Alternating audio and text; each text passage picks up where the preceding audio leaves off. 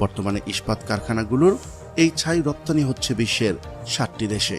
বছরে যা থেকে আসছে 200 কোটি টাকা। তবে এই ছাই রপ্তানির ধারণা কিভাবে এলো? স্টিল ডাস্ট কেন এত দামি? বিশ্বের কোন কোন দেশে রপ্তানি হচ্ছে বাংলাদেশের স্টিল ডাস্ট? अस्सलाम वालेकुम व्यूअर्स, मैं हूं एहसान खान और आप देख रहे हैं हमारा यूट्यूब चैनल एहसान रिएक्शन विद एहसान। मैं उम्मीद करता हूं आप जहां भी होंगे एंजॉय करते होंगे, मज़े में होंगे और फिटफाट होंगे। व्यूअर्स, बांग्लादेश की एक और बड़े सेक्टर में बड़ी कामयाबी, यानी ये कह लें कि जनाब बांग्लादेश ने स्टील के सेक्टर से ही एक और शोबा दरियाफ्त कर लिया है, यानी उसकी मांग बढ़ गई है।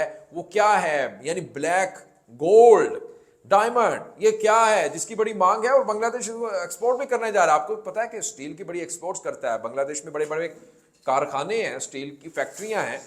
इसको लेकर के अब ब्लैक जो गोल्ड है वो उसकी बड़ी मांग है, डिमांड है, दुनिया भर में जा रहा है मेड इन बांग्लादेश। और किस तरह से बांग्लादेश को एक्सपोर्ट करने जा रहा है, यानी ये वो चीज़ है जिसको स्टील का आप कह रहे हैं कि रॉ मटीरियल, और स्टील से निकलने वाली वो राख, एक राख नहीं होती, समझ रहे हो ना, वेस्ट और रॉ मटेरियल, उससे बनने वाला वो ब्लैक गोल्ड और डायमंड, वो अब बांग्लादेश एक्सपोर्ट्स करने जा रहा है बड़े लेवल पर। ये उसी के ऊपर वीडियो है, पहले हम वीडियो देख लेते हैं और फिर उसके ऊपर तफसील से, डिटेल से मैं आपको इसके ऊपर बताऊंगा। जुड़े हमारे साथ इस वीडियो में एंड तक, अंत तक। 3, 2, 1 एंड क्यू। ইস্পাত শিল্পের রপ্তানি পণ্যের তালিকায় রয়েছে স্টিল ডাস্ট বা ছাই। এ ছাই অনেকটা কাঠখড় পুরানো ছাইয়ের মতোই। একসময় এসব ছাই বাতাসের সঙ্গে মিশে পরিবেশ দূষণ করত। এখন কারখানার নির্গত ধোঁয়া পরিশোধন করে সেই ছাই আলাদা করা হয়, যা যাচ্ছে বিশ্বের বিভিন্ন দেশে। এতে পরিবেশ রক্ষার পাশাপাশি দেশে আসছে কোটি কোটি টাকার বৈদেশিক মুদ্রা। বর্তমানে ইস্পাত কারখানাগুলোর এই ছাই রপ্তানি হচ্ছে বিশ্বের 60টি দেশে। বছরে যা থেকে আসছে 200 কোটি টাকা। তবে এই ছাই রপ্তানির ধারণা কিভাবে এলো? স্টিল ডাস্ট কেন এত দামি? বিশ্বের কোন কোন দেশে রপ্তানি হচ্ছে বাংলাদেশের স্টিল ডাস্ট, তা জানাবো আজকের এই ভিডিওতে। চলুন শুরু করা যাক। জানা যায় বর্তমানে দেশে প্রায় 60 লাখ টন এমএস রড উৎপাদন হয়। 2023 সালে রড উৎপাদনের সক্ষমতা 1 কোটি টনে উন্নীত হবে বলে জানিয়েছেন উদ্যোক্তারা। এই শিল্পে যুক্ত হচ্ছে অত্যাধুনিক প্রযুক্তিও। আগে বায়ু দূষণের জন্য ইস্পাত কারখানাগুলোকে দায়ী করা হলেও নতুন নতুন প্রযুক্তি আসায় তা শূন্যের কোঠায় নামিয়ে আনা সম্ভব হচ্ছে। সংশ্লিষ্টদের সঙ্গে কথা বলে জানা যায়, দেশের শীর্ষ ইস্পাত উৎপাদনকারী প্রতিষ্ঠান বিএসআরএম জিপিএস ইস্পাত, আবুল খায়ের স্টিল, কেএসআরএম সহ বড় বড় কারখানা ছাই রপ্তানির সঙ্গে যুক্ত। বিশেষত বিএসআরএম জিপিএস ইস্পাত দীর্ঘদিন ধরে সরাসরি রপ্তানির সঙ্গে যুক্ত রয়েছে। এসব ছাই কারখানা থেকে সংগ্রহ করে রপ্তানিতে যুক্ত তৃতীয় পক্ষের অনেক ব্যবসায়ী। ইস্পাত প্লান্টগুলোর পুরনো লোহা গলানোর সময় চুল্লি থেকে কালো ধোঁয়ার মাধ্যমে ছাই বেরিয়ে আসে। এসব কালো ধোঁয়া এয়ার ট্রিটমেন্ট প্লান্টের মাধ্যমে পরিশোধন করা হলে বাতাস এবং ছাই আলাদা হয়ে যায়। পরিশোধনের পর স্বচ্ছ বাতাস খোলা আকাশে ছেড়ে দেওয়া হলেও ছাইগুলো জমা পড়ে নির্ধারিত বাস্কেটে। এরপর পরের প্রক্রিয়াগুলো শেষে এসব ছাই চলে যায় বিশ্বের বিভিন্ন দেশে। বর্তমানে যুক্তরাষ্ট্র, চায়না, থাইল্যান্ড, কোরিয়া, স্পেন, তুরস্ক ও ভারতে এই ছাই রপ্তানি হয়। মূলত ছাই প্রক্রিয়াজাত করার মাধ্যমে কালি ও প্রিন্টারের কার্টিজ তৈরির কাঁচামাল হিসেবে ব্যবহার করা হয়। সংশ্লিষ্টরা জানান, কারখানাভেদে রপ্তানিযোগ্য ছাইয়ের জিঙ্ক অক্সাইডের মাত্রা কম বেশি হয়ে থাকে। বিশেষত কোয়ান্টাম ইলেকট্রিক আর্ক ফার্নেস ও ইলেকট্রিক আর্ক ফার্নেস প্রযুক্তির কারখানাগুলোতে আনুপাতিক হারে ছাই বেশি উৎপাদন হয়, কিন্তু এসব ছাইয়ে জিঙ্ক অক্সাইডের পরিমাণ কম থাকে। অন্য প্রযুক্তির কারখানাগুলোর ছাইয়ে অপেক্ষাকৃত জিঙ্ক অক্সাইড বেশি থাকে, যে কারণে বিদেশের প্রক্রিয়াজাত কারখানাগুলোতে অপেক্ষাকৃত বেশি জিঙ্ক অক্সাইডের ছাইয়ের চাহিদা বেশি থাকে। এসব ছাইয়ের দামও অনেক বেশি। দেশের জনপ্রিয় ব্র্যান্ডগুলোর পাশাপাশি আধুনিক প্রযুক্তি সংযোজন ঘটেছে অন্যদের প্লান্টগুলোতেও। বর্তমানে জিপিএইচ এর কারখানায় সবচেয়ে আধুনিক কোয়ান্টাম ইলেকট্রিক আর্ক ফার্নেস প্রযুক্তির সংযোজন করেছে, যা বাংলাদেশে এই প্রথম। পরিবেশ দূষণ অনেকটাই কমে গেছে এই শিল্পে। চট্টগ্রাম কাস্টম হাউস থেকে প্রাপ্ত তথ্য পর্যালোচনা করে জানা যায়, প্রতি টন জিঙ্ক অ্যাশ কিংবা স্টিল ডাস্ট $98 থেকে $800 রপ্তানি হয়।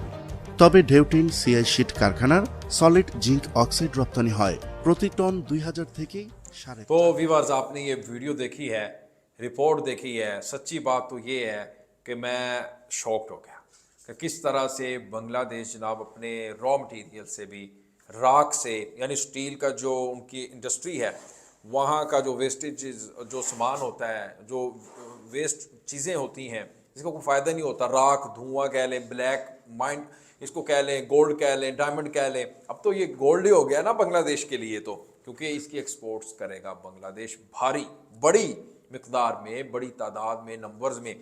तो इसका बांग्लादेश, अब देखें, पहले तो स्टील की एक्सपोर्ट करता था, अब इसकी भी करने जा रहा है। ये कितनी बड़ी कामयाबी है और कितनी बड़ी खुशकिस्मती है। मैं कहता हूँ कि इस तरह से स्टील के साथ साथ राख को भी बेचना, यानी जिसका इससे भी फ़ायदा उठाना, जो एक एक्स्ट्रा चीज़ होती है, मैं कहता हूँ ये भी बड़ी बात है। और जिस तरह से बांग्लादेश की दूसरे सेक्टर्स में बड़ी ज़्यादा एक्सपोर्ट्स है, अब बांग्लादेश चाहता है कि हम इसमें भी करें, यानी वो टेक्सटाइल हो या फिर गारमेंट्स हो, कॉटन, इसको लेकर के। अब देखें, स्टील की जो प्रोडक्ट्स है बांग्लादेश की, इलेक्ट्रॉनिक्स की जो प्रोडक्ट्स है, बड़ी मशहूर है, और इसको लेकर के अब ये चाह रहे हैं कि ये स्टील का एक सब शोबा है उसका, और देखें डिपार्टमेंट है स्टील का ही है ना जी, उससे निकल रही है ये सारी राख, और किस तरह से अब उसको जनाब ये भेजेगा, दुनिया भर में एक्सपोर्ट करने जा रहा है। तो मैं तो कहता हूँ जी, ये तो बड़ी कमाल है, और किस तरह से बांग्लादेश आए रोज़ कोई ना कोई बड़ी सी बड़ी गेम डालता जा रहा है, और बड़े से बड़े कारनामे सर अंजाम देता जा रहा है। और चाहे वो मुआशी मैदान हो, चाहे वो सियासी मैदान हो, और चाहे वो सफारती जंग हो, चाहे वो वैसे जंग युद्ध क्यों ना हो। आप देखें ना, किस तरह से म्यांमार ने जनाब बांग्लादेश से तो नज़रें हटा ली हैं, और अब किस तरह से उसने एयर स्ट्राइक कर डाला इंडिया के ऊपर। ये देखें ना, बांग्लादेश की सफारती जंग जीता है वो, यानी सफारती तौर पर वो दुनिया से भी जीत रहा है, इकोनॉमिकली से दुनिया में जीत रहा है। G20 में मैंने एक पब्लिक रिएक्शन लिया, लोगों से पूछा है G20 के बारे में, तो लोगों ने, अवाम ने बताया उसके ऊपर कि भाई जो बांग्लादेश है ना, वो उसकी काविश है, कोशिश है, तो आज वो इस स्टेज पर इसलिए पहुंचा है।